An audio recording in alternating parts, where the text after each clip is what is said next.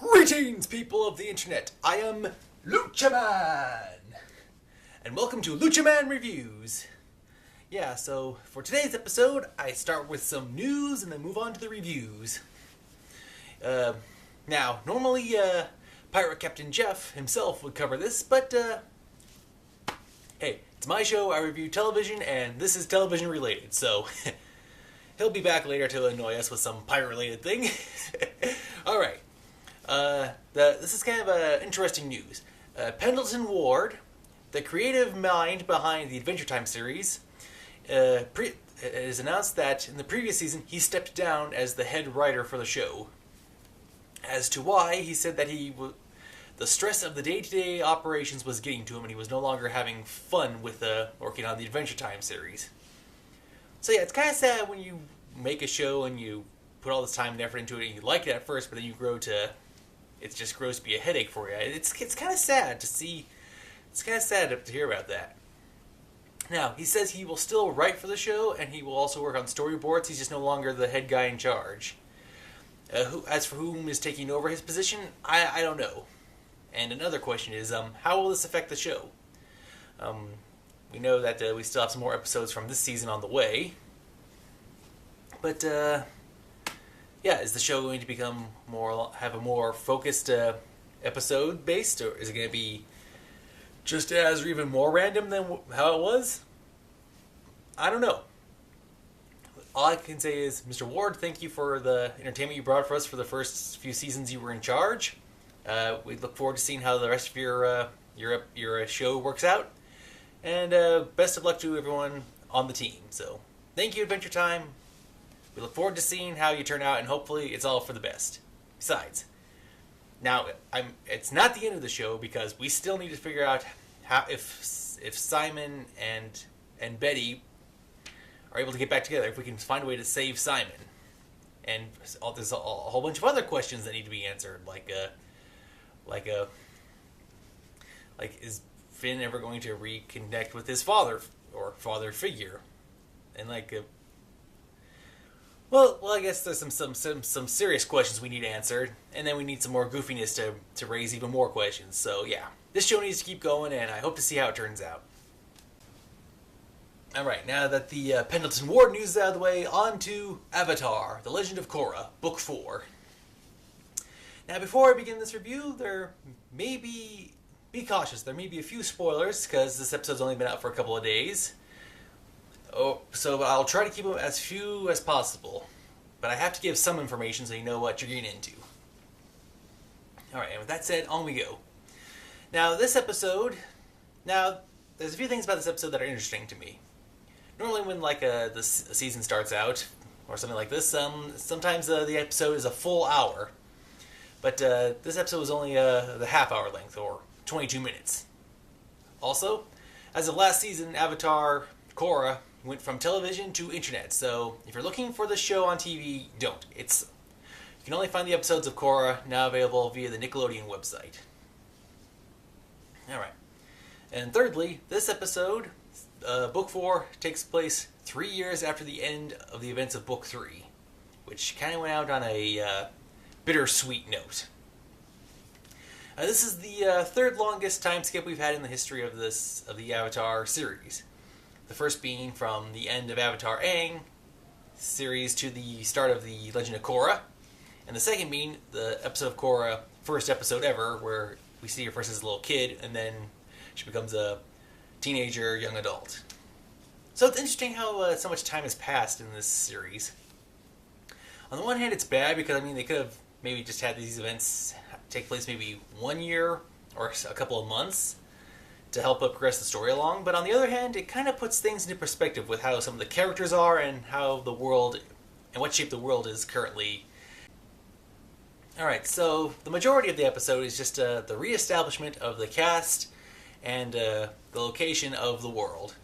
Ba Sing Se, the Earth Kingdom, is still in all kinds of craziness after the events of what happened to the Earth Queen at the end of Book 3.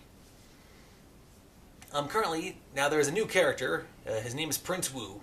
And we've discovered that his great aunt was the former Earth Queen. So, So while he's enjoying the prince livelihood, he's kind of a little hesitant to become king at the risk of possibly being going under the same fate or worse as what his great aunt had happened to her.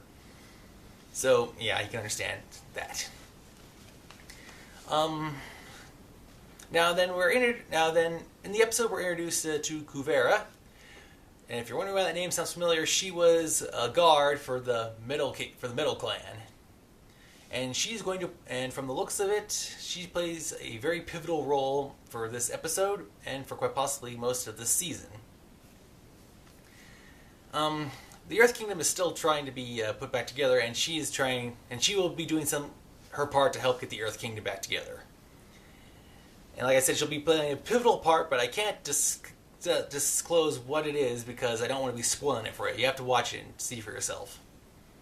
So we have a new character, and we have some secondary characters that were established from Season 3 and back. But what about the main cast? What about Team Avatar? Well, let's see. Future Industries has developed a new transportation system. It kind of looks like a monorail. And let's see. As for our favorite bending brothers from Team Avatar, Mako is currently the bodyguard for Prince Wu, and not exactly enjoying his position. And Bolin, he's with the Earth Kingdom army. He's trying to help get the kingdom established back together.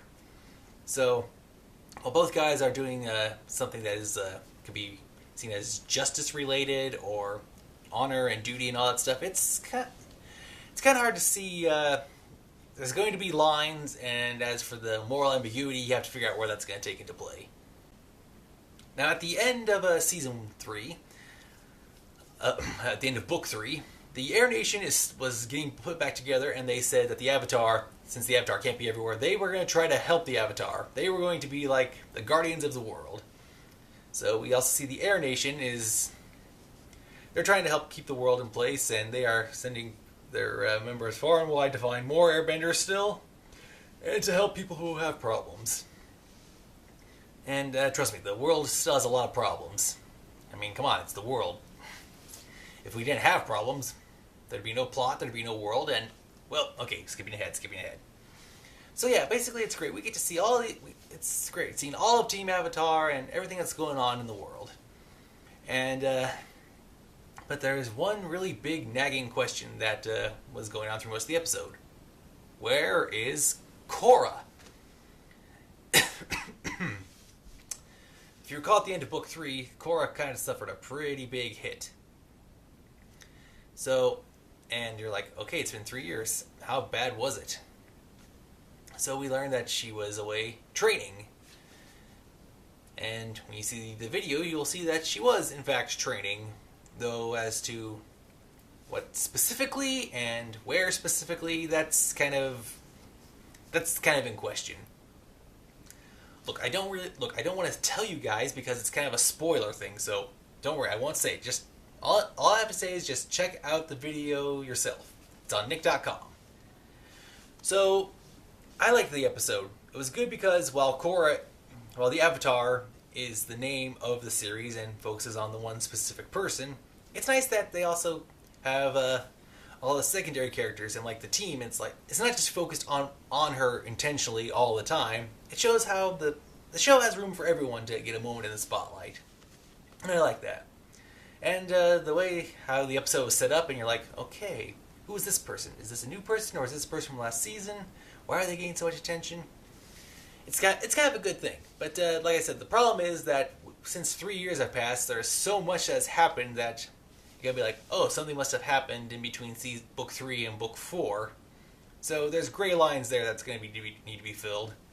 How much you want to bet that in between Book 3 and Book 4, it's kind of like with the current comic series that's being written, like The Search or The Promise or The Rift. How much you want to bet when they get to the Korra books that they find some ways to fill in those gaps. Alright, so like I said, there's the pros and there's the cons. So they each offset each other. It's pretty good. But I thoroughly enjoyed the first episode, and I've enjoyed the entire Avatar series leading up to this point. I enjoyed Korra, and I enjoyed Aang, so, yeah, I mean, if it's good, why stop it, right? To that, I say for Avatar: The Legend of Korra, Book 4, I give. Let's see. Ooh, this is a tough one. I give an 8.5 out of 10. Yeah, so while I do love the series overall, there was just some nagging questions and the whole time skip thing of it being way too long. There's some things that I was just thinking too much. I mean, the suspension of disbelief is there and it's good, but there's just a lot of stuff that you are wondering, and it's great for a build-up of suspense, but I guess when you're so used to some things, it's kind of a knee-jerk reaction when they change some stuff on you or take away some stuff. But hey, it's a good series, so I'm just wondering how they're going to finish up the Korra series, and what will they do afterwards? Will there be another Avatar series, or is this the grand finale? Only time will tell. Alright, thank you for watching, and until next time, this has been LUCHA Man for LUCHA Man Review, saying thank you for watching, and have a nice day.